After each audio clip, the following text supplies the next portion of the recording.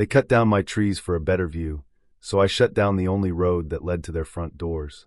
Yeah, I know how that sounds. Like one of those stories you tell halfway through a drink and someone across the table goes, "No way you actually did that." But I did. And if you'd asked me a week before it happened, I would have told you I wasn't the kind of person who locks gates and starts neighborhood cold wars. Turns out, you never really know what kind of person you are until someone decides your life is just scenery. It started on a Tuesday that felt painfully ordinary.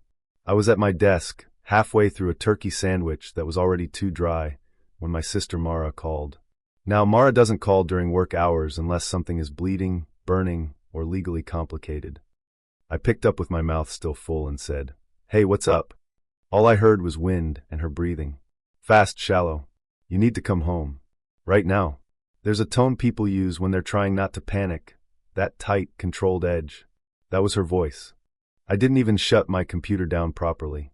Just grabbed my keys, mumbled something about a family emergency, and drove faster than I should have on a road that already makes me nervous in the rain. The sky was blue, birds probably doing their whole cheerful routine. Somewhere meanwhile my stomach was folding in on itself like bad origami. And when I turned onto Pine Hollow Road, I knew before I even saw it. You ever feel a place go wrong? Like something old got erased, and the air hasn't caught up yet. The 6 sycamores along the eastern edge of my property were gone. Not trimmed. Not storm-damaged. Gone. 40-year-old trees, tall and thick, the kind that lean toward the sun like they've been listening their whole lives. My dad planted 3 of them when I was a kid. The other 3 came later, but they grew into this wall of green that framed the house and blocked the ridge above from staring straight down into my backyard. Now there were 6 clean stumps. Flat cuts. Professional. Efficient. The branches were already hauled off, sawdust mostly gone, like someone tried to erase the crime scene but ran out of time. Mara stood near the fence line with her arms crossed, jaw tight. She didn't say "I'm sorry." She just said, "I tried to stop them." 2 trucks had pulled up late morning. Company logos. Hard hats.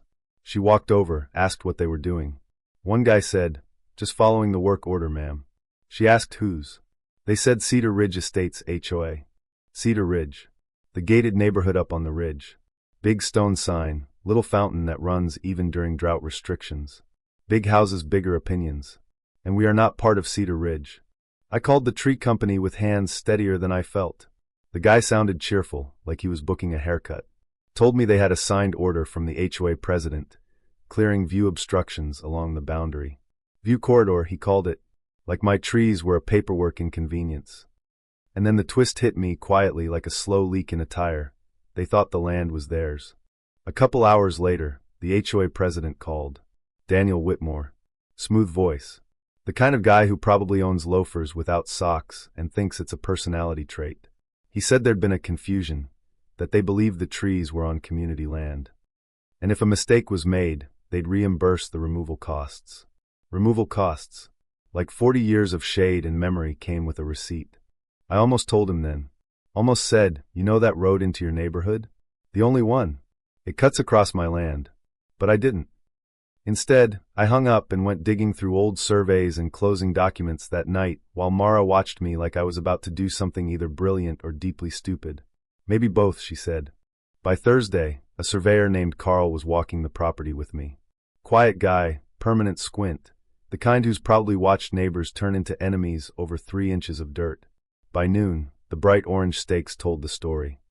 The southern corner of my land extended 15 feet past the asphalt that led into Cedar Ridge. Not a sliver. A real chunk. Enough to matter. Carl looked at me and said, "You planning on changing that?" I looked up at the ridge, sunlight bouncing off oversized windows, and said, "Yeah, I think I am." I called a fencing company, a lawyer, and the county records office that afternoon. My attorney, Denise, didn't laugh when I explained everything, which instantly made me trust her. No recorded easement. No legal right of access. 5 years of use wasn't enough for adverse possession. I could block it. Completely. But she warned me, doing that would escalate things fast. I remember looking at those 6 stumps lined up like headstones and thinking good. By Monday morning, steel posts were sunk into the ground and an 8-foot industrial chain-link gate stood across the asphalt like something out of a construction zone. Not subtle. Not neighborly. The crew lead asked if I was sure.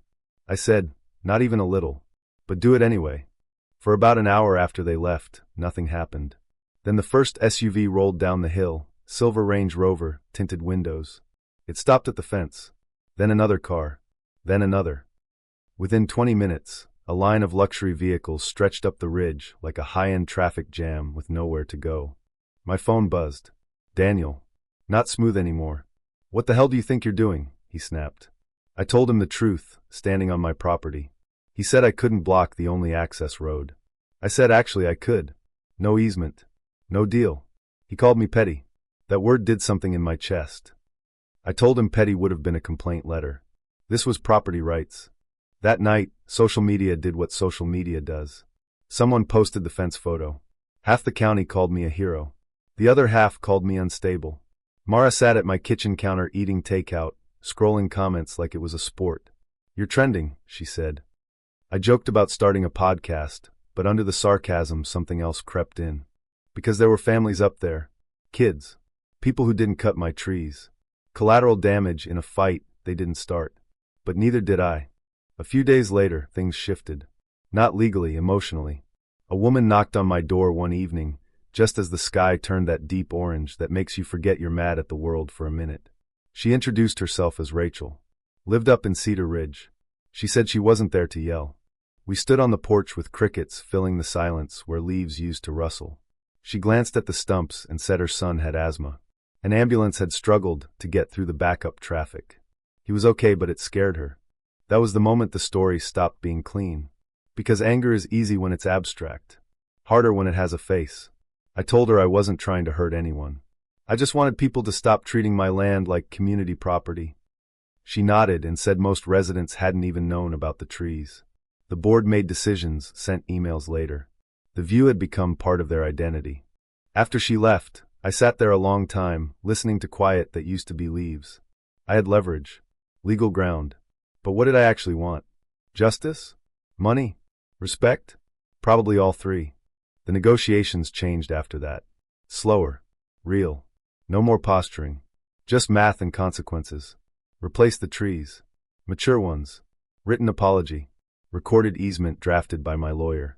Monthly fee. They laughed at first. I told them building a new road would cost 6 figures easy. Suddenly it wasn't funny. We went back and forth for 2 weeks. Numbers, clauses, boundaries. Eventually we landed at $1,800 a month. Tree replacement. Formal apology to every homeowner. Legal fees covered. The easement recorded, official, permanent, undeniable. The day they planted the new sycamores, I stood off to the side with my arms crossed while a landscaping crew lowered massive root balls into fresh holes. The trunks were thick, leaves full and green. Not 40 years old, but not babies either. Rachel stood next to me and said they were beautiful. And they were. Different rhythm in the wind, younger sound but something. Daniel showed up too. Work boots this time. No loafers. He handed me a folder with the apology letter signed by the entire board. It wasn't perfect, but it was honest. He said they should have handled things differently. I told him they should have. When they finally cut the lock off the gate and traffic started moving again, cars rolled through slowly, almost cautiously, like 2 countries had just signed a fragile peace treaty. Every month since, a check shows up. Right on time. People still ask if I went too far. If shutting down a whole neighborhood over 6 trees was excessive. Maybe it was. But here's the truth nobody talks about. When you live downhill from wealth and influence, you get used to being invisible. Decisions get made above you, literally and figuratively. Trees become view obstructions. Land becomes a suggestion. I didn't block that road because I hate my neighbors. I blocked it because respect shouldn't be optional. The new sycamores are growing well. When the wind moves through them, it doesn't sound exactly like it used to, but it's close. Close enough to remind me that some things can be rebuilt, even if they're never identical. Rachel still stops by sometimes. Her kid's doing fine. HOA elections are coming up. Sounds like a few board members might not survive the vote. Funny how accountability works once people feel consequences. And Daniel, he waves when he drives by now. Small thing, but it means something. So here's the part one keep turning over in my head, and I want your take on it. If someone destroyed something that mattered to you, not just financially but personally, how far would you go to make it right? Would you settle quietly and move on, or would you lock the gate and make them notice? Was I protecting my property or feeding my pride? I'm genuinely curious where you land on that line between justice and revenge. Tell me what you would have done, and if you've ever had a moment where you finally stopped being invisible and drew a boundary people couldn't ignore.